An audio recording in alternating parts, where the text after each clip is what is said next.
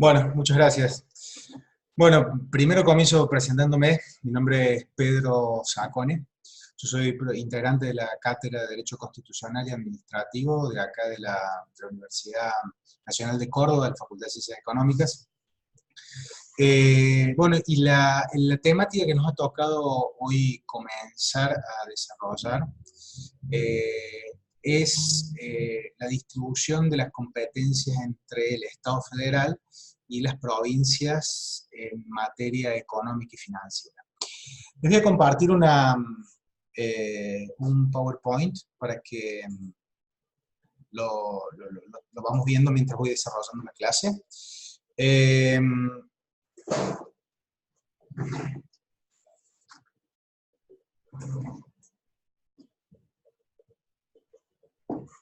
Bueno, espero que lo estén viendo. A ver. Bueno. Sí, se ve bien, Pedro. ¿Sí? Perfecto. Bueno. Sí, te pido que en la parte inferior ya lo pongas en modo presentación, así ya se ve la pantalla completa. Con la tecla F5, si no. Sí, vos sabés que le estaba apretando, pero no me... Ahí está. Ahí quedó. Perfecto. Bueno, primero vamos a comenzar a dar una pequeña introducción. Nosotros, este tema está dentro de lo que es la unidad 7, la que habla de la tributación y el poder tributario. Nosotros previo a esto venimos desarrollando todo lo que es el sistema representativo, la forma de Estado. Entonces ya venimos con un par de conceptos que yo voy a retomar ahora, voy a aprovechar dentro de lo que es esto. Bueno, cuando hablamos del régimen, digamos, de distribución de competencias entre Estado Nacional y las provincias, no podemos dejar de hablar de lo que es el régimen federal. Nosotros tenemos, y ya lo hemos tratado en las unidades anteriores, nuestra Constitución en el artículo 1 habla particularmente de la forma de Estado y la forma de gobierno que va a tener nuestra nación. La cual ha adoptado, dice, la forma de Estado federal con la forma de gobierno representativa y republicana. Acá recordemos que hay una pequeña diferencia entre forma de Estado y forma de gobierno, pero nosotros vamos a quedar con esto de el régimen federal, es decir, la forma de Estado federal. ¿Esto qué significaba? Bueno, esto significaba que iba a haber una distribución de competencias entre dos esferas completamente distintas, entre la nación y las provincias. Hecho que también queda plasmado en otros artículos de la Constitución, como el 121 y el 122 de la Constitución, que yo ahora se los comparto un poco acá. El 121 reza de lo siguiente, dice que las provincias conservan todo el poder no delegado por esta Constitución al gobierno federal, y el que expresamente se hayan reservado por pactos especiales al tiempo de su incorporación. 123 habla de que cada provincia dicta su propia constitución conforme a lo dispuesto por el artículo 5, asegurando la autonomía municipal y reglando su alcance y contenido en el orden institucional, político, administrativo, económico y financiero. Bueno, en todo lo que, ahora ya adentrándonos un poco más en esto de la relación que se va a dar entre naciones y provincias, esto fue un gran conflicto que nosotros hemos tenido desde antes de sancionar nuestra Constitución. No sé si se van a acordar, los voy a remontar un poco a lo que hayan visto en el colegio, lo que, digamos, vimos incluso en unidades anteriores. Nuestra Constitución se sanciona en 1853 y ha tenido una sucesiva cantidad de reformas posteriores. Todas estas reformas, y particularmente la de 1860, fue justamente por la distribución, el conflicto que se genera ahora por la distribución de las competencias entre nación y provincia, y particularmente la distribución de los recursos, es decir, cómo iban a estar solventados el Estado, cómo se iba a solventar.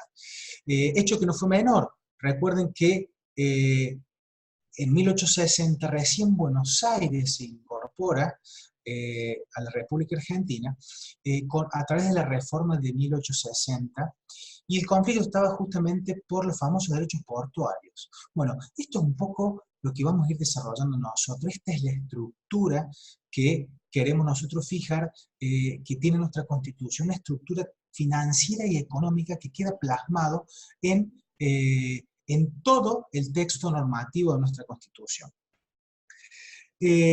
Nosotros vamos a ver que hay determinados principios que van a regular la relación entre nación y provincia, es decir, cómo se van a ir distribuyendo estas competencias entre la nación y las provincias.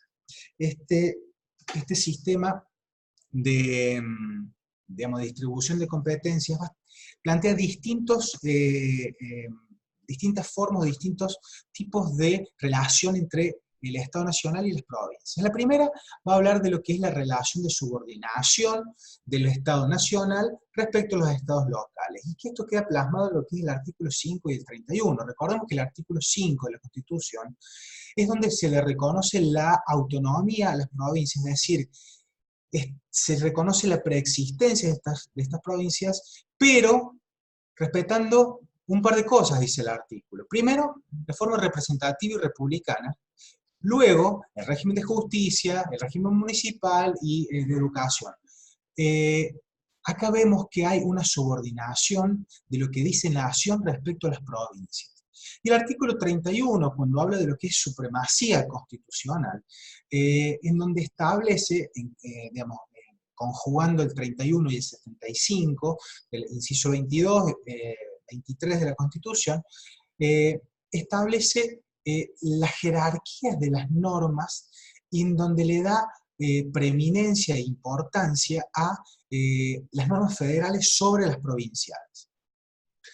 También va a haber relaciones de participación entre el Estado Nacional y los Estados provinciales. Esto nosotros lo vamos a ver plasmado en la conformación de las cámaras, es decir, para poder funcionar el poder legislativo nacional, necesita de las provincias a través de sus representantes, que van a ser los diputados y los senadores, que van a integrar estas cámaras.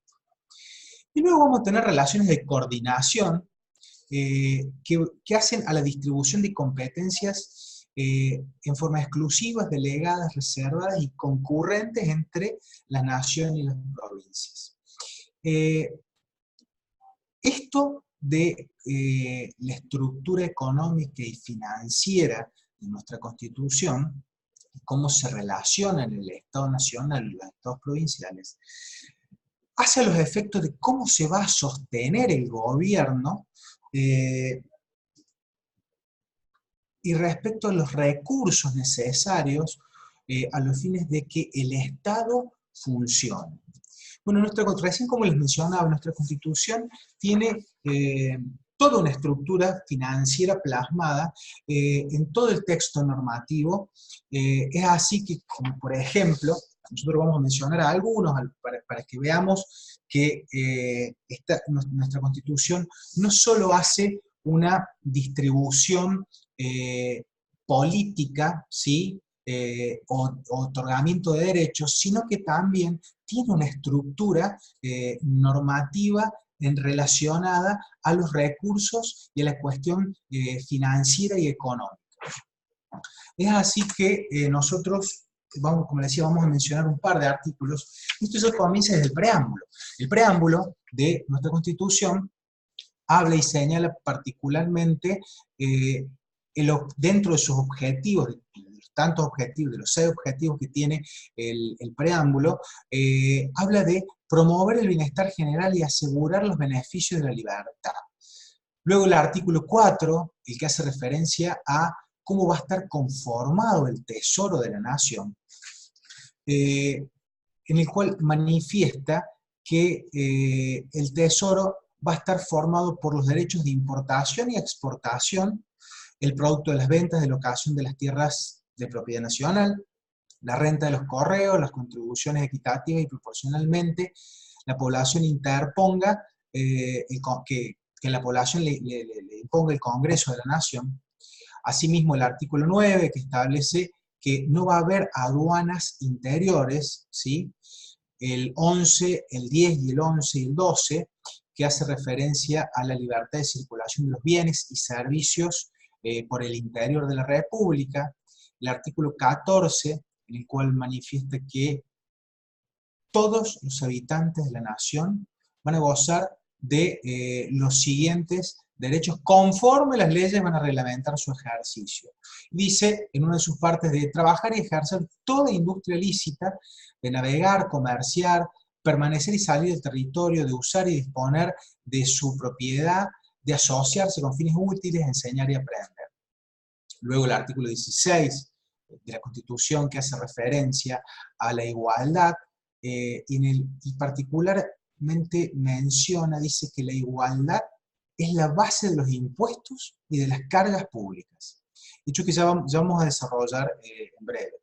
El artículo 20 dice que las garantías de los extranjeros al goce de todos los derechos civiles de la misma forma que los nacionales, como por ejemplo ejercer toda industria lícita, comercio, profesión. El 75, inciso 1, el 2 y el 3, el cual específicamente trata la cuestión tributaria e impositiva, el cual vamos a ir desarrollando también a continuación. El inciso 4 del 75, que establece la posibilidad de contraer empréstitos de dinero sobre los créditos de la nación. El inciso 5 del 75, que dispone cómo se van a usar y a enajenar las tierras de propiedad del Estado Nacional. El inciso 6, que va a establecer cómo se va a reglamentar y cómo va a entrar en vigencia un Banco Nacional. El inciso 7, que arregla el pago de la deuda externa e interna. El inciso 8, el cual fija el presupuesto nacional. Y el inciso 9, el cual acuerda determinados subsidios del Tesoro Nacional a las provincias también. Nosotros, con esto, lo que queremos ver y demostrar es que nuestra Constitución, no solamente, como les decía recién, realiza dentro de sus cláusulas constitucionales, hace referencia a cuestiones políticas o reconoce derechos, sino que también tiene cláusulas específicas relacionadas a la cuestión económica y la cuestión tributaria. E incluso habla de determinados objetivos económicos y tributarios que tiene que propender el Estado a través del ejercicio de lo que es la función administrativa. Dentro de estas, de lo que serían las facultades o las competencias económicas financieras, vamos a tener lo que es la potestad tributaria. Acá ya vamos a meternos un poquito más en un tema que les va a quizá importar un poco más a ustedes, porque ya que estudian economía o contador o administración de empresas, ya vamos a meternos un poquito más en la cuestión de impuestos particularmente. ¿Qué vamos a entender por potestad tributaria? ¿O qué va a ser la potestad tributaria?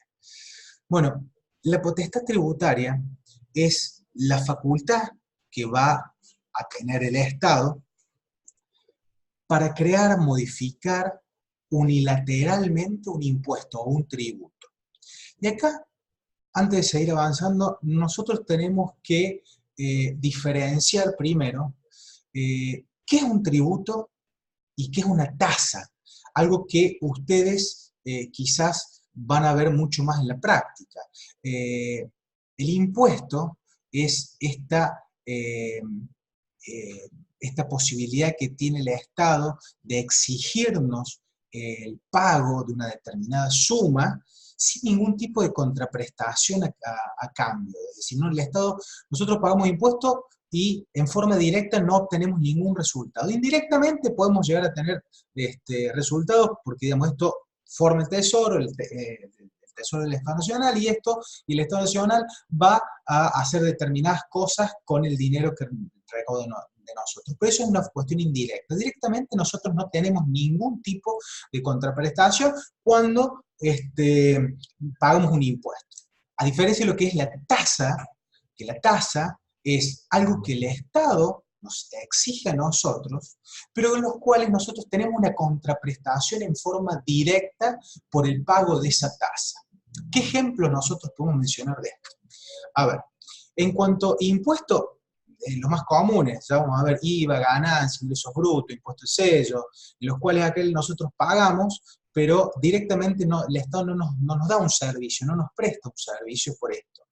A diferencia de la tasa, como por ejemplo, la tasa de justicia que se suele pagar cuando se inicia algún juicio en el Poder Judicial, que nosotros, si no pagamos esa tasa, no podemos tener acceso a presentar o a reclamar algo judicialmente. Otra tasa que nosotros se suele pagar normalmente, yo lo ejemplifico con cuestiones por acá de Córdoba. Acá existe lo que cuando quiere iniciar algún tipo de trámite ante el Poder Ejecutivo o de la provincia, nos exige el pago de lo que se conoce como tasa retributiva, es decir, para poder iniciar el trámite o algún tipo de pedido yo tengo que pagar una tasa, es decir, una pequeña contraprestación.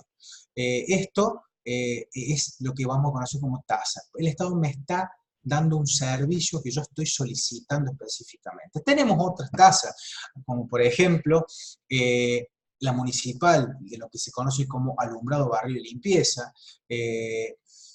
que bien o mal se presta, hay una contraprestación por parte del Estado de esta tasa.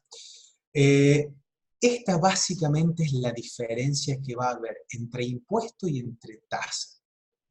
Y hago esta caracterización porque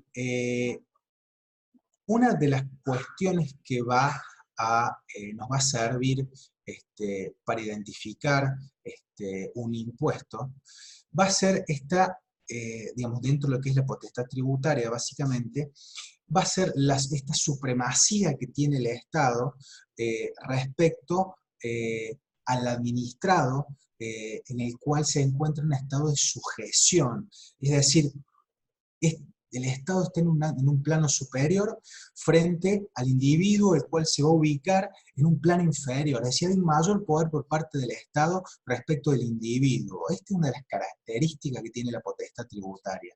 A nosotros el Estado no nos pregunta si quiere o no quiere cobrar, si quiere o no que nosotros paguemos un impuesto, directamente lo impone. Entonces, esta es una de las características y esto es lo que yo hago referencia cuando hablo sobre la supremacía y la sujeción como característica de la potestad tributaria. Asimismo, esta potestad tributaria tiene determinados límites. Estos límites van a estar dados por distintas cuestiones. Es así que nosotros vamos a hablar de límites formales de la potestad tributaria. Y este límite formal va a ser la legalidad. ¿Qué es o qué voy a entender yo por legalidad? Y esto es lo que un poco queda plasmado cuando yo hablo de ley. Es decir, nuestra Constitución, cuando habla en el artículo 17, en el 19 y en el 75, inciso 1, 2 y 3, manifiesta que no se le puede exigir nada al ciudadano sino una ley previa, es decir, y particularmente dice la Constitución que nadie está obligado a hacer algo que la ley no mande, básicamente. Esto es lo que hace referencia a este límite formal, ¿sí? A este principio que nos va a servir a nosotros para identificar si es un impuesto o no, o si es otra cosa. ¿Qué es la legalidad? Es decir, si ha sido creado o no ha sido creado por ley. Particularmente, el artículo 17 de la Constitución hace en una de sus partes dice, solo el Congreso impone las contribuciones que se expresan en el artículo 4, es decir, cuando hace referencia a a la conformación del Tesoro de la Nación, y dice que ningún servicio personal es exigible sino en virtud de una ley o sentencia fundada en ley. Es decir, tiene que haber ley previa para poder dictar un impuesto. Es decir, si no hay ley, no hay impuesto, básicamente. Es lo que se conoce en el aforismo nullum tribute sine lege, es decir, no hay tributo sin ley. Este es el único límite formal que va a haber, es decir, la legalidad. Otros de los límites que va a haber van a ser los límites materiales propiamente dicho. Estos límites materiales están dados por la capacidad contributiva, está dado por la generalidad, por la igualdad, por la proporcionalidad, por la equidad, la no confiscatoriedad y la razonabilidad. Estos límites materiales están plasmados en distintos artículos de nuestra Constitución. A modo de ejemplo, nosotros podemos mencionar el artículo 4, cuando manifiesta que el Congreso, el gobierno federal, provee a los gastos de la nación con los fondos del Tesoro de la Nación, formado del producto de los derechos de importación y exportación, y continúa diciendo luego de las demás contribuciones que equitativa y proporcionalmente a la población imponga el Congreso de la Nación. Acá empieza a vislumbrarse algunos de estos límites materiales, como la equidad y la proporcionalidad, que mencionamos en el punto 3 y en el punto 4 de estos límites materiales. El artículo 16 de la Constitución, en una de sus partes, dice que todos los habitantes son iguales ante la ley y admisibles en el empleo sin otra condición que la idoneidad. Y particularmente cuando termina el artículo dice la igualdad es la base del impuesto y de las cargas públicas. Acá nosotros tenemos que desmembrar un poquito determinados conceptos. ¿Qué voy a entender primero por generalidad? Y acá vamos a vincularlo un poco con la igualdad. Recordemos, refrescando determinados conceptos que hemos visto o se han visto en unidades anteriores. ¿Qué vamos a entender por igualdad? Y la igualdad, que hace referencia a la Constitución, es la igualdad de los iguales en igualdad de condición y bajo las mismas circunstancias. Esta es la igualdad a la que se refiere la potestad tributaria. Y que yo la vinculo con el otro concepto de la generalidad. La generalidad es decir que todas las personas están obligadas a pagar impuestos. ¿Sí? Perfecto. Pero lo tengo que vincular con la igualdad. Es decir, aquellas personas que están en esas circunstancias y que encuadran dentro de el tributo y dentro de la actividad que el tributo pretende gravar. Acá es donde se van a quedar plasmados los conceptos de generalidad e igualdad.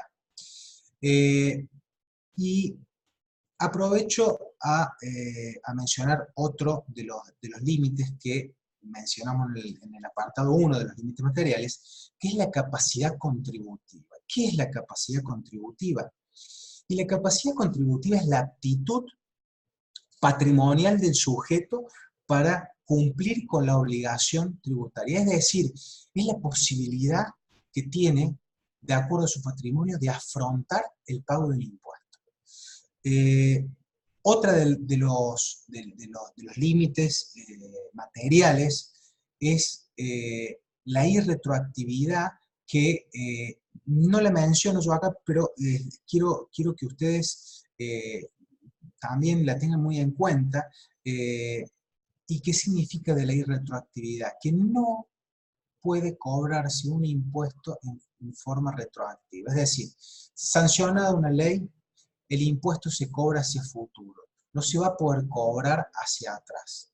Eso es lo que también hace referencia como límite material, que no lo he puesto acá dentro de la filmina, pero también es otro de los límites materiales particulares. Y lo otro es la no confiscatoriedad del impuesto. Es decir, ¿qué es esto de la no confiscatoriedad? Es que no atente contra la propiedad, básicamente. Es decir, si yo tengo capacidad contributiva, es decir, tengo esta actitud patrimonial, que el pago del impuesto no me implique a mí el extinguir esa aptitud patrimonial de pago. Es decir, tiene que darse esta posibilidad de seguir pagando. Esto es lo que hace referencia a que no sea confiscatorio el impuesto. Toda potestad tributaria, todo impuesto, debe tener una finalidad.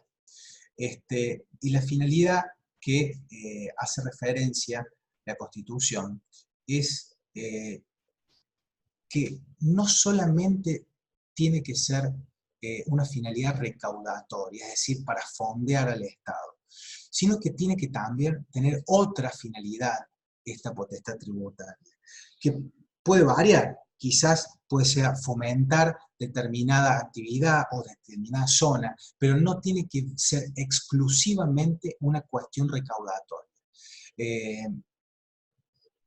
Nosotros, cuando hablábamos cuando hablamos de la relación entre el Estado nacional y los Estados provinciales,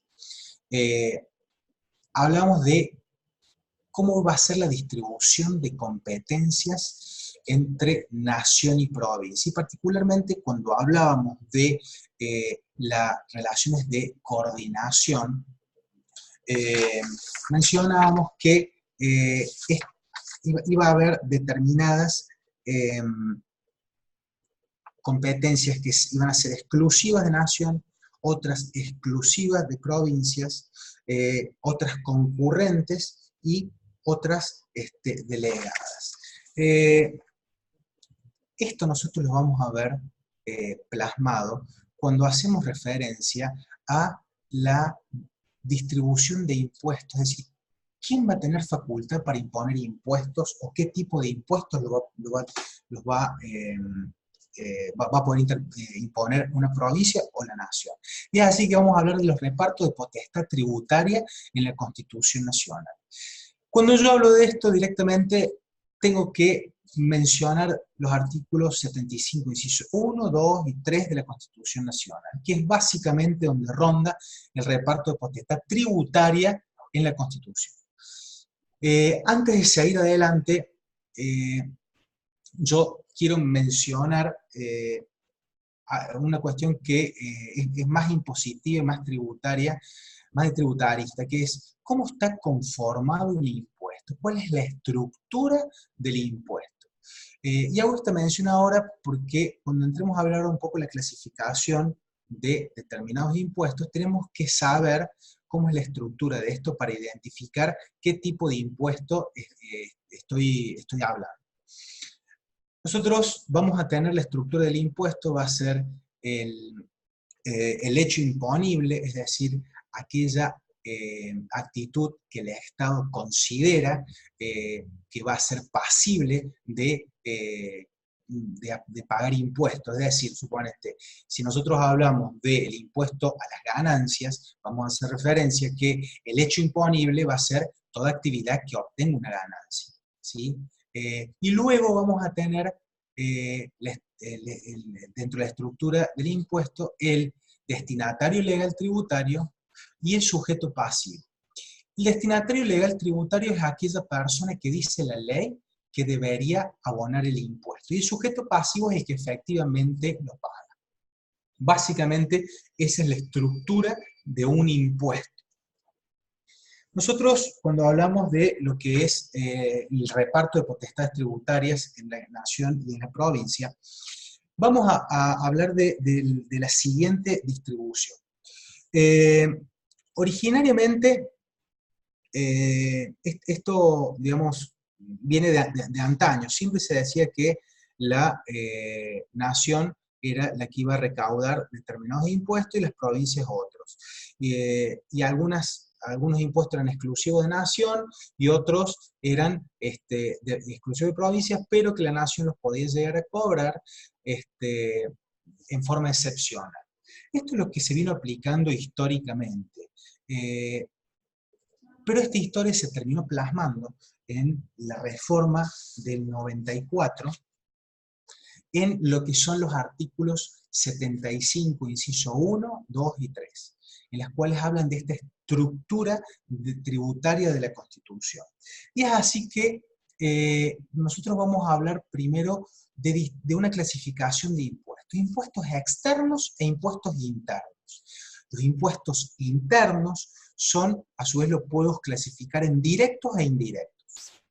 Los impuestos externos son aquellos que van a cobrar en forma exclusiva la nación, y hace referencia a todo lo que implique derechos aduaneros, o cualquier tipo de impuesto que implique sacar alguna mercadería o alguna prestación afuera del país, o el ingreso de los derechos de importación. Esto es lo que van a hacer referencia a los impuestos externos, que son una facultad exclusiva de la nación, es decir, solamente los cobra el Estado Nacional. Y luego tenemos los impuestos internos. Estos impuestos internos son aquellos que se van a cobrar, es decir, el hecho imponible se va a dar dentro del territorio de la nación. Estos impuestos internos se van a clasificar en directos e indirectos. ¿Cómo voy a diferenciar un impuesto directo de un impuesto indirecto? Y acá es donde yo les mencionaba, por eso hablé de la estructura del impuesto. Primero, el impuesto directo, la Constitución dice que va a ser una facultad conservada de las provincias, exclusiva de las provincias, pero sí que excepcionalmente el Estado Nacional puede llegar a aplicar algún tipo de impuesto directo cuando la defensa, la seguridad común y el bien general del Estado lo exijan. Es decir, supuestamente en forma excepcional puede aplicar impuestos directos.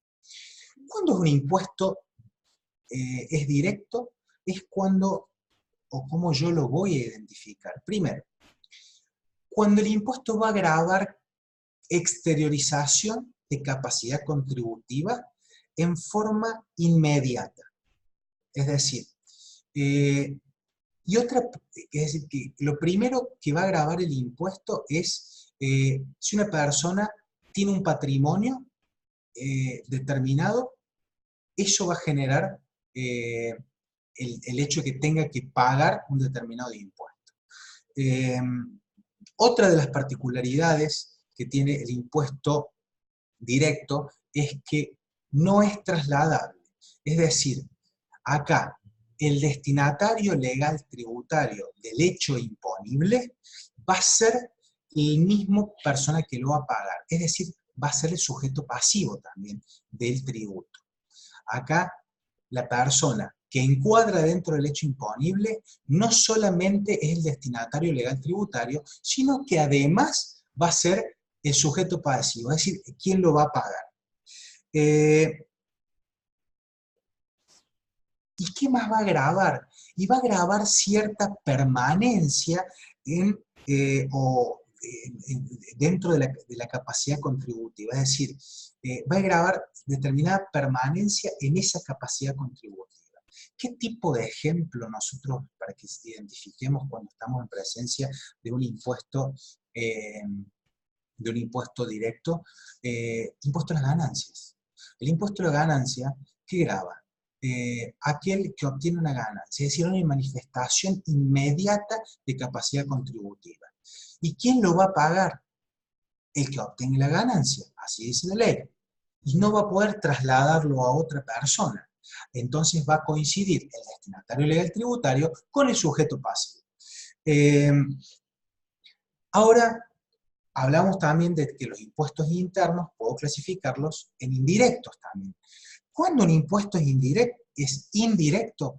Y cuando va a gravar exteriorización de capacidad contributiva en forma mediata, no inmediata.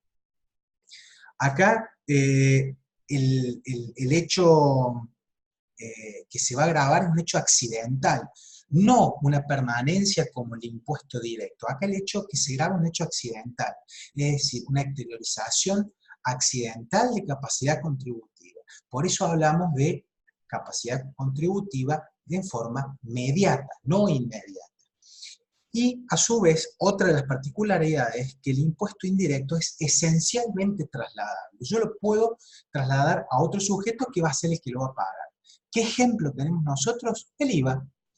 El IVA es un impuesto que va siendo trasladado a través de las distintas cadenas de comercialización. ¿Y quién lo termina pagando? El consumidor final, que es quien directamente abona el impuesto.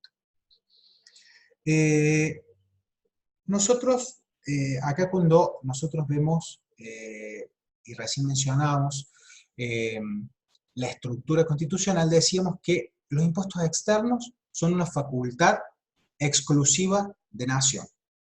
Los impuestos internos, directos, es una facultad exclusiva de las provincias. Pero que excepcionalmente nación puede llegar a cobrar si se daba determinadas circunstancias. Y los impuestos indirectos son una facultad concurrente entre nación y provincia. Es decir, los pueden cobrar nación y provincia al mismo tiempo. ¿Sí?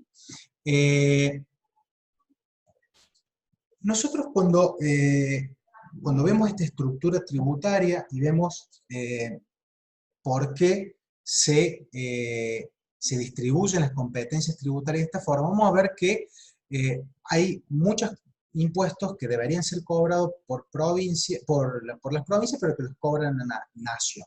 En virtud de eso, y de esta cuestión de que hay impuestos que cobra nación y deberían cobrar las provincias, es que nosotros vamos a comenzar a hablar de el régimen de coparticipación que establece la Constitución, que también está establecido en el artículo 75, inciso 2, en la última parte.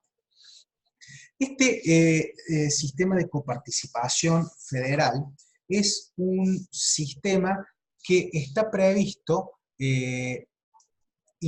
a partir de la reforma del 94, y que decía, la Constitución sigue diciendo, que se debe dictar una ley de coparticipación, y establecía un plazo que era hasta el año 96 a los fines de poder dictar esta ley de coparticipación, cosa que, como siempre pasa en nuestro país, nunca se dictó. Entonces, todavía nos seguimos rigiendo por leyes viejas respecto a la distribución de impuestos entre nación y provincia.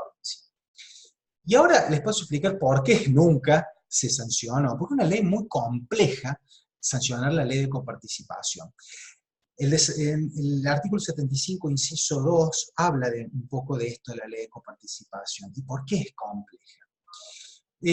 La ley de coparticipación no es una simple ley que se va a sancionar por el Congreso de la Nación, sino que es una ley compleja.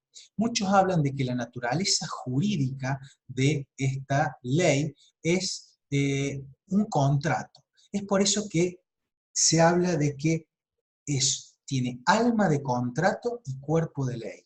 Por eso se habla de ley convenio, ¿sí? Una ley convenio de coparticipación, porque implica ponerse de acuerdo. Y es así como es el proceso a los fines de que podamos obtener esta ley de coparticipación. Primero, nosotros debería haber un acuerdo previo entre las provincias y la nación que se va a plasmar en determinadas tratativas. Este acuerdo previo sería como un bosquejo que luego se lleva al Congreso, en donde se va a terminar plasmando una ley. Ese acuerdo previo se termina plasmando a través de una ley, la cual necesita de mayoría grabada, es decir, la mayoría que exige para las sanciones las 2/3 partes de la totalidad de los miembros de cada una de las cámaras. Por eso también es complicada la sanción. Pero esto no queda ahí, se sigue complejizando. Una vez supongamos que está sancionada, necesita, para que entre en vigencia, que todas las legislaturas provinciales aprueben como una ley particular dentro de su territorio esta ley convenio. Y es por esto que nosotros no tenemos al día de hoy una ley de coparticipación dictada conforme lo exige la Constitución, la cual tenía el plazo hasta el año 96. La finalidad de este acuerdo es distribuir los impuestos. ¿Qué impuestos? Y la masa coparticipable, es decir, aquello que se va a distribuir, va a estar dada por los impuestos directos y los impuestos indirectos. ¿Pero qué impuestos directos? Los impuestos directos que cobre Nación, excepcionalmente, y los impuestos indirectos que cobre la Nación también. Esta masa coparticipable, es decir, qué es lo que se va a distribuir, es decir, estos impuestos directos y estos impuestos indirectos, el artículo 75, inciso 3, dice que el Estado va a poder desafectar de esta masa coparticipable a algún tipo de impuesto que tenga una finalidad determinada, ¿sí? Por ejemplo, el impuesto al cheque. El impuesto al cheque tiene una finalidad determinada que fue dictado a los fines de contribuir para contribuir para determinadas finalidades. Eso no entra dentro de lo que sería la masa coparticipable.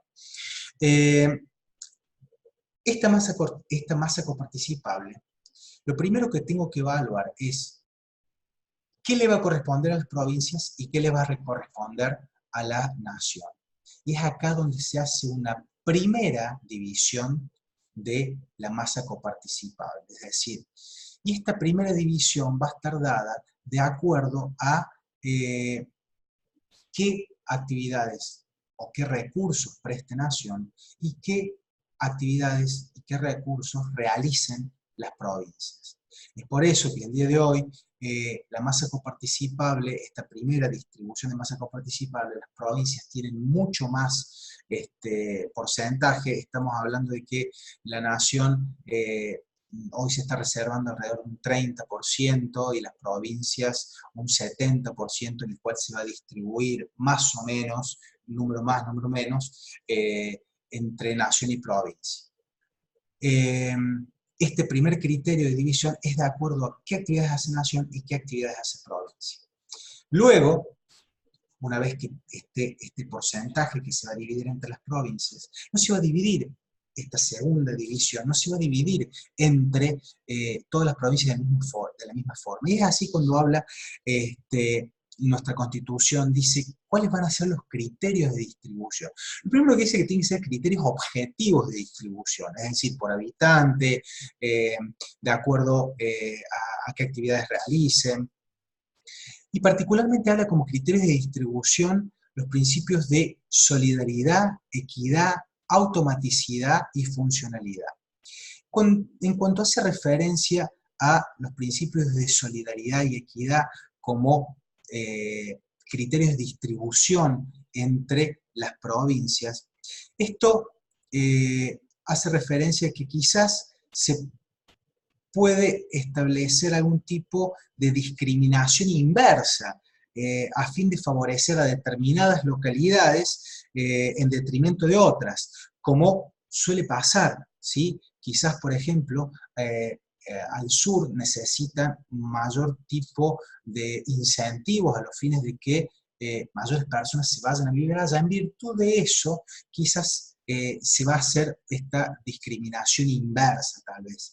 Esto es a los fines de estos criterios de solidaridad y equidad. También habla de la automaticidad. Cuando hace referencia al criterio de distribución de automaticidad, esto es para evitar los bloqueos de los recursos que se van a enviar a las provincias y que estos sean utilizados como una herramienta de presión política. Es decir, que una vez que la nación recaude, inmediatamente se distribuye a las provincias, sin ningún tipo de obstáculos. Y luego, como criterio de distribución, también habla de la funcionalidad. Exige que no se transfieran competencias nuevas o servicios nuevos a las provincias sin que se haya o se haga una nueva distribución de estos porcentajes, si más se las carga a las provincias, menor dinero deberá recibir la nación, y más las provincias. Esto es lo que hace al criterio de la funcionalidad. Esta coparticipación, la Constitución dice que iba a estar fiscalizada por un organismo fiscal federal. Este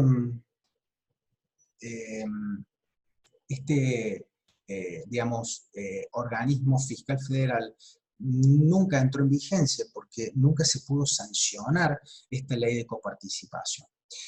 Bueno, con esto un poco termino el tema de lo que es esto de la distribución de las competencias tributarias o fiscales económicas entre nación y provincia.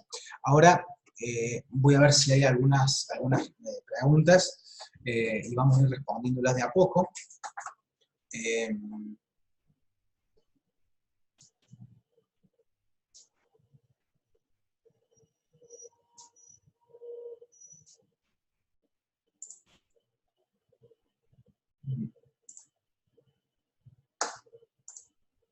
A ver.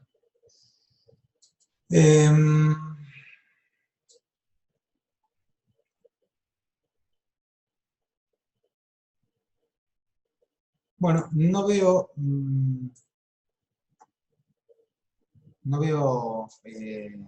particularmente ningún tipo de dudas. Ustedes díganme si tienen alguna duda particularmente, escríbanme por acá y las vamos hablando.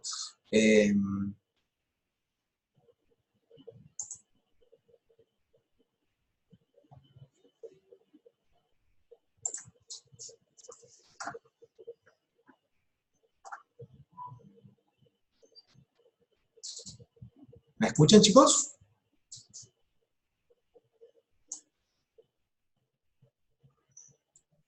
Sí, bueno, Pedro, se escucha bien, ¿eh?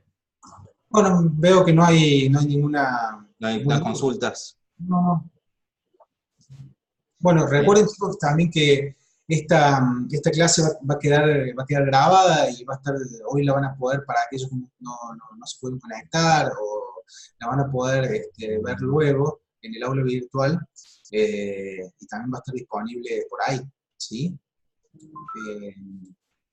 Bueno, espero haberles sido claro, espero haberlos ayudado por lo menos a entender un poco mejor el tema, y bueno, si tienen alguna duda o consulta ahora, estoy disponible. Aunque sea una confirmación de que no hay dudas, así sabemos que estuvo el profe ahí para ustedes, ¿sí? Acá la única consulta que yo tuve al inicio fue de Silvana, que no podía escuchar desde el celular, me lo hizo por privado, y ya después eso se solucionó, pero después del resto no hubo más comentarios. Gracias, Silvana, me alegra que te haya aclarado el tema, y me alegro haber sido claro, espero haber sido claro. No es fácil, digamos, no es bueno, en la misma clase va a estar discúlpame, Silvana, te respondo que me preguntas si podría tener una síntesis de los artículos tratados o un cuadro de ayuda. Sí, el cuadro, es más, en el PowerPoint que presenté en la clase, al principio tenés una síntesis de todos los artículos. Básicamente es alrededor de la filmina 6, 7 y 8. De la filmina 7 y 8 está como el resumen de los artículos que hacen a la estructura de la Constitución. Pero te los puedo mencionar ahora si querés, no tengo problema. Sería primero el preámbulo, luego el artículo 4, artículo 9, artículo 10, 11 y 12, artículo 14, el artículo 16, el artículo 20, el 75, inciso 1, 2, 3, 4, 5, 6, 7, 8, 9, serían básicamente los artículos que mencioné respecto a esto de la distribución de competencias entre el Estado Nacional y las provincias. No sé, ¿alguna otra duda, Silvana, o alguno de los otros participantes?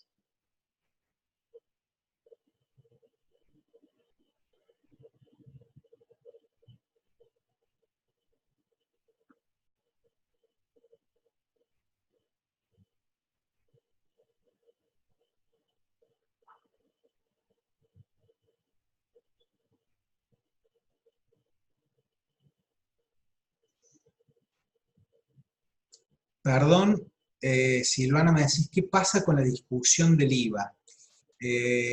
¿A qué discusión te referís? Porque últimamente hay varias discusiones respecto al IVA. A ver, si es la discusión que se está dando en el día de hoy,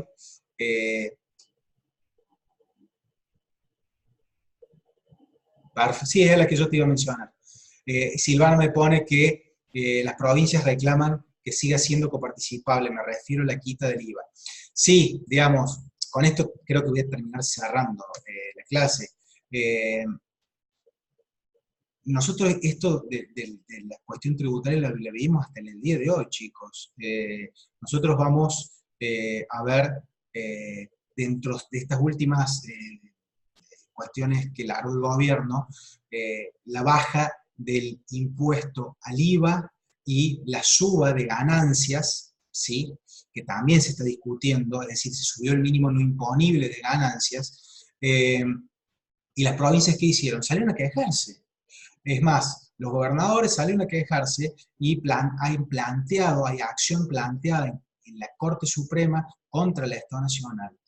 ¿Y por qué? Y porque se disminuye la masa coparticipable, es decir, ingresa menos dinero, menos fondos a lo que es la masa coparticipable, es decir, ingresa menos dinero en concepto de IVA y menos dinero en concepto de ganancias, porque al subirse el mínimo no imponible, dejan de tributar varias personas. Es por eso que las provincias se están quejando. ¿Cómo influye en la sociedad? ¿No es más importante el interés general? Y sí, es más, me pregunta Silvana, ¿cómo influye esto en la sociedad? Y si es más importante el interés general. Yo creo que sí, es más importante el interés general. Yo creo que estas pautas de subir el mínimo no imponible y sacar el IVA a los alimentos de la canasta familiar, me parece que son apuntan mucho más a un interés general. Pero bueno, acá hay, como mencioné, no sé si mencioné, pero chicos, hasta en las familias, hasta entre amigos de ustedes, cuando hay plata de por medio siempre hay discusión. Entonces, en todas las relaciones interpersonales, cuando hay plata, hay discusión. Mucho más se va a dar en este tipo de situaciones. Acá vemos donde deja de primar el interés general y toma más un interés particular por parte de las provincias, que son las que se están quejando, y dejan de lado un interés general. Entonces, esto de la masa coparticipable y de los impuestos es muy importante y lo vemos en el día a día, y lo vamos a seguir viendo de ahora en más. Pero sí, es muy aplicable en la práctica, chicos, todo esto. Bueno, no sé si habrá alguna otra duda. Si no, ya estamos en hora, Pedro. Bien. Bueno. Bueno, chicos, yo aprovecho, me despido, les agradezco. Espero haber sido claro y bueno, quedo a su disposición en cualquier duda que tengan. Muchísimas gracias. Bueno, nos vemos en la próxima entonces. Nos Chao. vemos. Hasta luego.